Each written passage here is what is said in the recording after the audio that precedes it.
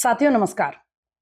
जब जब भारत की सुरक्षा को खतरे में डालना, भारत के टुकड़े करना और भारत को अस्थिर करने का गेम प्लान, इसकी साजिश दूसरे देशों की ताकतें, हमारे पड़ोसी देश करते हैं, तो वो कैसे खुद अपने ही जाल में फंस जाते हैं।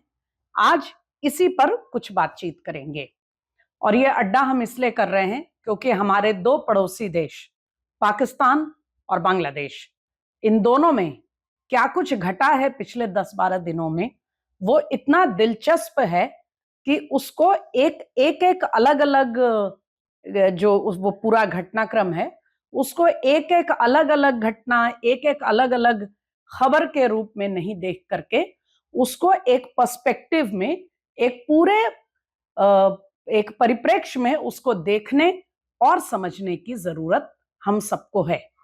सबसे पहली बात तो यह है साथियों कि कोई भी जो भारत से प्रेम करता है और भारत की सुरक्षा को लेकर चिंतित है, उसको यह पता चलना चाहिए कि किस तरह के मंसूबे हमारे पड़ोसी देशों में चल रहे होते हैं।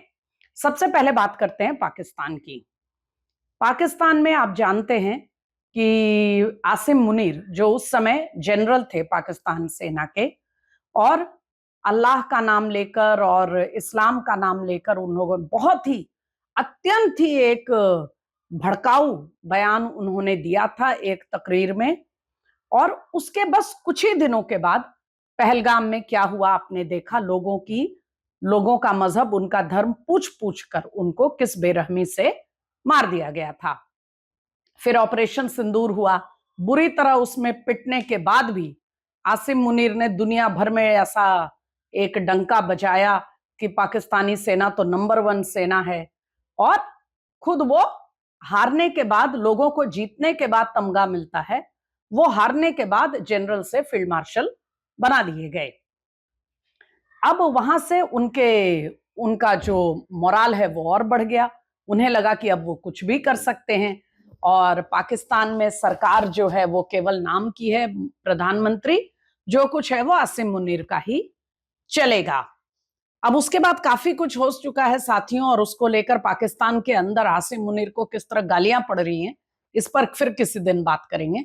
फिलहाल हम देखते हैं कि भारत को अस्थिर करने का, भारत को डिस्टर्ब करने का, भारत पे हम जब चाहे जंग छेड़ेंगे ऐसे दावे करने वाले आसिम मुनीर की अपनी नंबर 1 सेना जो है तथाकथित, उसकी वहां के उनके ही लोगों ने, कोई बाहर का कोई दुश्मन देश नहीं, उनकी अपनी ही आवाम ने क्या हाल बना रखा है। साथियों, जनवरी के अंत से और आज हम 16, 17, 18 फरवरी पर आ गए हैं। इन 15-20 दिनों में बलोच फाइटर्स ने, जो शुरू से, आज से नहीं, जिस समय भारत का विभाजन हुआ 47 में, तब से वो कभी पाकिस्तान को उन्होंने अपना देश नहीं माना।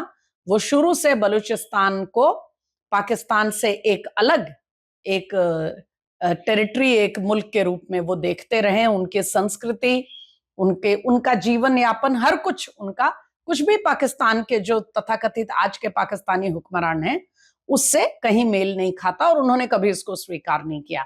खैर, ये संघर्ष तो उनका दशकों से चल रहा है, लेकिन इन दिनों में बलोच फाइटर्स ने पाकिस्तान की जो आसिम मुनीर, जिसको नंबर 1 आर्मी कहते हैं, उसका वो हाल बनाया कि एक रात में पूरे 1 दर्जन शहरों में अलग अलग स्थानों पर बलोच लिबरेशन आर्मी ने एक साथ ताबड़तोड़, बिल्कुल ऑर्केस्ट्रेटेड, स्ट्रक्चर्ड हमले किए। आप सोचिए कितनी तैयारी इसके लिए की होगी और कितना फूल प्रूफ उनका पूरा प्लान था कि एक साथ बलूचिस्तान के 12 शहरों और कस्बों में उन्होंने एक साथ पाकिस्तानी सेना और पुलिस और जो सरकारी प्रतिष्ठान है उन पर हमला किया, और कहीं उन्हें कानो कान सेना को खबर नहीं लगी।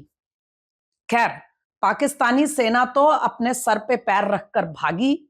उन्होंने अपने, पुलिस ने थाने खाली कर दिए, सेना ने अपने जो यूनिट्स थे उनको खाली कर दिया, हथियार छोड़कर, अपने शर्ट और पैंट भी पीछे छोड़कर वो अपनी जान बचाकर भागे।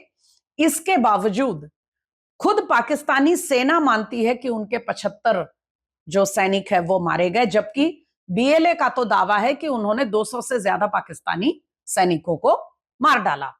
और सबसे दिलचस्प बात कि बीएलए की इस संघर्ष, इस लड़ाई में केवल पुरुष नहीं थे जैसा कि आमतौर पे देखा जाता है।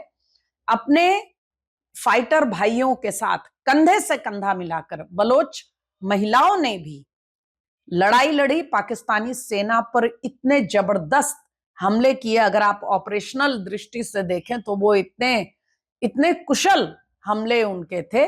और इसमें 2-3 महिला बलोच फाइटर्स जो हैं वो शहीद भी हो गई अपने बलोचिस्तान के मिट्टी के लिए। जो ये बलोच आर्मी का हाल हुआ, उसके बाद जो यूं कहिए कि जो बेइज्जती और जो बदनामी पूरे दुनिया में पाकिस्तानी सेना की हुई, अब उसके बाद उन्हें कुछ तो जवाबी कार्रवाई करनी थी। तो उन्होंने फिर, अब उनके सैनिक तो भाग खड़े हुए थे, तो उन्होंने नई टुकड़ियां, नई डिप्लॉयमेंट वहां की और ताबड़तोड़ लोगों पर अत्याचार शुरू किया। लेकिन बीएलए जो है उसके, वैसे तो ख्वाजा अब्बास और ये सब सदन में कहते रहे हैं कि बलोच सेना जो है उनको, वो भारत को ब्लेम करते हैं, भारत को दोष देते हैं कि आखिर बलोच फाइटर्स जो गुफाओं में रहते हैं उनको इतने सोफिस्टिकेटेड जो है, इतने अत्याधुनिक हथियार कहां से आ जाते हैं, इतना पैसा कैसे आता है ये ड्रोन्स खरीदने का वगैरह। लेकिन सच्चाई ये है साथियों कि युद्ध कौशल में बीएलए पाकिस्तानी सेना से बेहतर तो है, लेकिन उससे बड़ी बात यह है कि बीएलए की असली ताकत है बलूचिस्तान के आवाम का जो समर्थन उसको मिला हुआ है। जिस तरह से गरीबी में रहकर रातों रात लोग गायब कर दिए जाते हैं, मास रेप्स महिलाओं के रिपोर्ट होते हैं, बच्चों तक को नहीं छोड़ा जाता, इतने अत्याचार सहकर भी बलोच जनता जो है वो पूरी तरह अपने लड़ाकों के साथ खड़ी है। ये बीएलए की सबसे बड़ी ताकत है और पाकिस्तानी सेना को इसका एहसास हो चुका है। बहरहाल जवाबी कार्रवाई में पाकिस्तानी सेना ने भी काफी बलोच जो इनोसेंट्स हैं उन पर टैंक तक चलाने की नौबत आ गई। साथियों, आप सोचिए पाकिस्तान के क्या हाल हैं कि अपने ही देश में उनकी अपनी सेना शहर की गलियों से टैंक चलाने को मजबूर हो गई है। इस तरह बेकाबू हो चुके हैं हालात वहां के। बहरहाल पाकिस्तानी सेना का दावा है कि उन्होंने करीब 200, सवा 200 बलोच फाइटर्स मारे। बीएलए इसका विरोध करता है। ये दोनों तरफ से दावे चलते रहेंगे, युद्ध में ऐसा होता ही है। लेकिन ऐसा भी नहीं है कि पाकिस्तान सेना को चुनौती सिर्फ बलूचिस्तान में मिल रही है। आप खैबर पख्तूनख्वा में जाइए, पश्तूनों ने क्या हाल पाकिस्तानी सेना का बना रखा है, वहां भी वही स्थिति है। सारे के सारे पुलिस थाने खाली कराए जा रहे हैं, सेना को वहां घुसने नहीं दिया जा रहा है। बिल्कुल एक तरह से उनके हाथ से स्थितियां निकल चुकी हैं। और अगर किसी को इस पे शक है कि वो पाकिस्तानी हुक्मरानों से, जो पूरा वो पंजाबी लॉबी जो वहां डोमिनेट करती है और सभी पर अत्याचार करती है, अगर किसी को कोई शक है इस बात में कि कितना हेट्रेड, कितनी नफरत ये जो अलग अलग इलाके हैं, बलूचिस्तान हो, खैबर पख्तूनख्वा हो, ये कितना हेट करते हैं पाकिस्तानी एस्टैब्लिशमेंट को, तो ज्यादा दूर जाने की जरूरत नहीं है साथियों। रविवार को महाशिवरात्रि के दिन जब भारत क्रिकेट टीम ने T20 मैच में पाकिस्तान को जिस तरह से धूल चटाई, हमारा तो मानना है कि कोई कॉन्टेस्ट ही नहीं था, कोई मुकाबला ही नहीं था वो मैच। उस मैच के रिजल्ट आने के बाद आप सब अगर थोड़ा बहुत सोशल मीडिया को मॉनिटर करते होंगे तो आपने भी देखा होगा कि भारत के किसी शहर में, भारत के किसी चौक पर उस तरह का जश्न नहीं मनाया गया साथियों, जैसा बलूचिस्तान में बलोच लोगों ने पाकिस्तानी टीम के हारने पर जश्न मनाया। और अफगानिस्तान में काबुल से लेके कांदाहार से लेके तमाम शहरों में अफगानियों ने भारत की जीत का जो जश्न मनाया, ऐसा जश्न कहीं भारत के अंदर शायद इतने उत्साह से नहीं मनाया गया है। तो इस हद तक पाकिस्तानी एस्टैब्लिशमेंट के खिलाफ माहौल है पूरे उनके देश में। अब आते हैं हमारे दूसरे पड़ोसी की तरफ, बांग्लादेश। साथियों, बांग्लादेश में इतना दिलचस्प घटनाक्रम हुआ है चुनाव रिजल्ट आने के बाद, उस पर थोड़ा सा उसको समझना बहुत ही इस समय प्रासंगिक है। एक तो अमेरिकन डीप स्टेट, और उस पर से आईएसआई, जो कभी इस बात को पचा नहीं पाया कि 71 में किस तरह से पाकिस्तान के 2 टुकड़े भारतीय सेना ने किए और बांग्लादेश का निर्माण हुआ, तो बदले के उसमें प्रतिशोध में वो हमेशा कुछ ना कुछ करता रहा है आईएसआई। और आईएसआई को लगा था कि मोहम्मद यूनुस के आने के बाद, जो कि अमेरिकन डीप स्टेट के द्वारा वहां बिठाए गए थे, अब इसमें किसी को कोई शक नहीं है, बांग्लादेश में हर कोई ये बात जानता है, तो मोहम्मद यूनुस का इस्तेमाल करके, क्योंकि मोहम्मद यूनुस चाहते थे किसी भी तरह उनका कब्जा, उनकी सत्ता बनी रहे, और चूंकि चुनाव जीत कर वो आ नहीं सकते, तो वो जमात को इस्तेमाल करना चाहते थे। जमात जो पूरी तरह आईएसआई के रिमोट कंट्रोल पे काम करता है, और वो चाहते थे कि चुनाव में जमाते इस्लामी जीते। उसके लिए उन्होंने बहुत बहुत सारे तिकड़म भी किए, और एक बार जमाते इस्लामी की सरकार आ गई तो मोहम्मद यूनुस राष्ट्रपति बन जाएंगे या प्रीमियर बन जाएंगे, और वो अपने हाथ में पूरी ताकत रखेंगे और जमाते इस्लामी की सरकार काम करेगी, यानी ढाका में आईएसआई की रिमोट कंट्रोल सरकार चलेगी। अब बांग्लादेश के वोटरों ने, बांग्लादेश की आवाम ने ही इस प्लान को पूरी तरह ध्वस्त कर दिया। बीएनपी लैंडस्लाइड से जीती है, उसे कोई जमात या किसी भी और दल की कोई समर्थन की जरूरत नहीं है। और ये कैसे पता चला कि बीएनपी क्या करने वाली है? वो मंगलवार को जब बीएनपी के नेता तारिक रहमान प्रधानमंत्री की शपथ लेने आए, उससे ठीक पहले उनके उनके क्या मन में है इसका संकेत बहुत साफ मिल गया। क्योंकि आपको पता होगा साथियों कि इस बार बांग्लादेश के आम चुनाव में एमपी के चुनाव के साथ साथ एक रेफरेंडम भी करवाया गया था। वो रेफरेंडम ये था कि बांग्लादेश का संविधान जो है वो गलत है, उस संविधान को दोबारा एक नया संविधान बनाना चाहिए, और उसके लिए कॉन्स्टिट्यूशन रिव्यू कमेटी गठित की जाएगी। तो क्या कॉन्स्टिट्यूशन का रिव्यू होना चाहिए या नहीं, इस पर यस और नो करने के लिए रेफरेंडम रखा गया था चुनाव के साथ साथ। अब वो रेफरेंडम में ये था कि एक बार कॉन्स्टिट्यूशन रिव्यू की ताकत मिल गई तो पूरे कॉन्स्टिट्यूशन को पलट दिया जाएगा, पूरी तरह इस्लामिक और शरिया का राज बांग्लादेश में स्थापित कर दिया जाएगा, और मोहम्मद यूनुस कॉन्स्टिट्यूशन रिव्यू के बहाने नए कॉन्स्टिट्यूशन में राष्ट्रपति वगैरह कुछ बन जाएंगे, जिसके पास पूरी ताकत होगी कि किसी भी सरकार को बर्खास्त कर सके और सेना पर भी वो कर सके वगैरह वगैरह। बहरहाल ये सारे मंसूबे धरे रह गए। आप पूछेंगे कि रेफरेंडम में तो कॉन्स्टिट्यूशन रिव्यू को यस की जीत हुई है, तो ऐसा कैसे? अब देखिए साथियों, दिलचस्प घटनाक्रम। बांग्लादेश के संविधान के मुताबिक प्रधानमंत्री की शपथ से पहले जो नई संसद गठित हुई है, उसके जितने सदस्य जीते चुनकर आए हैं, पहले उनकी शपथ होती है, यानी सांसद पहले शपथ लेंगे फिर सरकार की शपथ होती है। तो जमाते इस्लामी ने सांसदों के शपथ से पहले कहा कि हम सांसद होने की शपथ भी लेंगे, और रेफरेंडम के जो रिव्यू कमेटी बनेगी उसके भी सदस्य के नाते हम शपथ लेंगे। तो बीएनपी के नेता तारिक रहमान ने इसको पूरी तरह खारिज कर दिया, और उन्होंने कहा कि हमारा जो अभी संविधान है वो बांग्लादेश का जो ओरिजिनल संविधान है वो है, और उस संविधान में ऐसे कोई कॉन्स्टिट्यूशन रिव्यू कमेटी जैसी कोई काउंसिल की कोई ऐसा प्रावधान उसमें है नहीं। तो इसीलिए जब ऐसा कोई प्रावधान नहीं है तो हम शपथ किस बात की लेंगे? तो हमारे लोग यानी बीएनपी के सदस्य केवल सांसद होने की शपथ लेंगे और सरकार की शपथ होगी। जमात इसके लिए राजी नहीं हुआ, लेकिन इस पर काफी बातचीत वगैरह की गई, और बीएनपी के पास इतनी बढ़िया, इतनी कंफर्टेबल मेजॉरिटी है कि कोई उन पर किसी तरह का दबाव चलने वाला नहीं है। तो अंततः बीएनपी के सदस्यों ने मंगलवार को पहले सांसद की शपथ ली, और फिर तारिक रहमान ने प्रधानमंत्री और उनके अन्य मंत्रियों ने शपथ ली। तो ये तो साफ हो गया कि तारिक रहमान ने बहुत ही चतुराई से, बिना किसी दबाव में आए, मोहम्मद यूनुस का पूरा जो प्लान था, यानी आईएसआई और डीप स्टेट का प्लान, उसको सीधे सीधे ठेंगा दिखा दिया।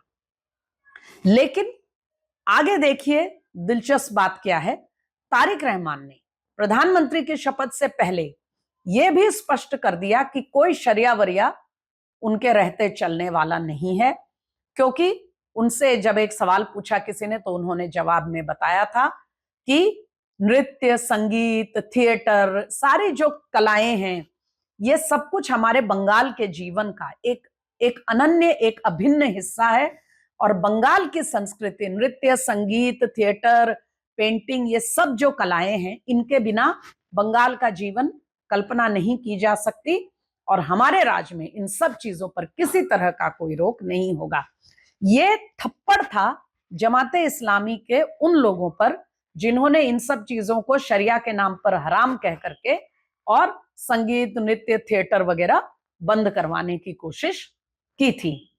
यही नहीं, बांग्लादेश के कानून के मुताबिक वहां की संसद में 2 स्पीकर बनते हैं, यानी 2 व्यक्ति स्पीकर की जिम्मेदारी लेते हैं। तारिक रहमान ने उसमें से भी एक हिंदू को शपथ दिलवाई है और अपने मंत्रालय में एक हिंदू को भी मंत्री उन्होंने रखा है। हालांकि इस बार बांग्लादेश में चुनकर जो लोग आए हैं उनमें हिंदुओं की संख्या बहुत कम है, लेकिन उन्होंने एक मैसेज दिया है। लेकिन हम अपना ये अड्डा समाप्त करेंगे एक उससे भी ज्यादा दिलचस्प बात को आपके सामने लाकर, क्योंकि कहीं ना कहीं खबरों में, हेडलाइंस में वो बात किसी के नजर से निकल गई, वो रेडार के बाहर हो गई। परंतु वो कितनी अहमियत है उस बात की, ये आप लोग समझने की कोशिश करिएगा। साथियों, मोहम्मद यूनुस के एडमिनिस्ट्रेशन में एक थे डॉक्टर खलीलुर रहमान। वैसे तो वो कनाडा से आए थे और वहां एक्टिविस्ट वगैरह थे, लेकिन डॉक्टर मोहम्मद यूनुस के एडमिनिस्ट्रेशन में वो एनएसए यानी सिक्योरिटी एडवाइजर थे और उस हैसियत से वो भारत भी आए थे कुछ महीनों पहले। और उनकी हमारे एनएसए अजीत डोभाल साहब और हमारे सिक्योरिटी सेटअप के बहुत सारे वरिष्ठ लोगों से मुलाकात करके वो गए थे और विदेश मंत्री जयशंकर जी से भी मिले थे। आज एक बड़े ही दिलचस्प घटनाक्रम में, जिससे बांग्लादेश में भी लोग काफी हैरान हो गए, जब तारिक रहमान के मंत्रिमंडल ने शपथ ली तो उसमें शपथ लेने वालों में एक डॉक्टर खलीलुर रहमान भी थे। और अब ये बिल्कुल तय माना जा रहा है कि विदेश मंत्री शायद वो बांग्लादेश के नए विदेश मंत्री बनेंगे। यानी उन्होंने मोहम्मद यूनुस को झटका दे दिया। उनका भारत दौरे पर आना, कई दिन, कई बैठकों में कई महत्वपूर्ण लोगों से चर्चा करके जाना और चुनाव खत्म होते ही मोहम्मद यूनुस को झटका देकर तारिक रहमान की सरकार में शामिल होना और संभवतः विदेश मंत्री बनना, ये सभी घटनाक्रम को अलग अलग हम नहीं देख सकते। जरूर ये सारा मामला जुड़ा हुआ है। तो कुल मिलाकर जो बात मैंने शुरू में कही थी, मैं उसी पर वापस आऊंगी कि जितना हमारे अड़ोस पड़ोस के लोग और कुछ विदेशी डीप स्टेट की ताकतें भारत को अस्थिर करने, कमजोर करने का मंसूबा रखते हैं, जितना साजिश करते हैं, उतना ही वो खुद अपने ही खेल में ध्वस्त हो जाते हैं। और ये सिलसिला थमने वाला नहीं है। पाकिस्तान में भी आने वाले दिनों में बहुत कुछ होगा साथियों, और बांग्लादेश में क्या होता है ये भी हमारे लिए देखना महत्वपूर्ण होगा। बहुत जल्द फिर इन्हीं मुद्दों पर आपसे बात करेंगे। तब तक के लिए हमें आज्ञा दीजिए। जय हिंद।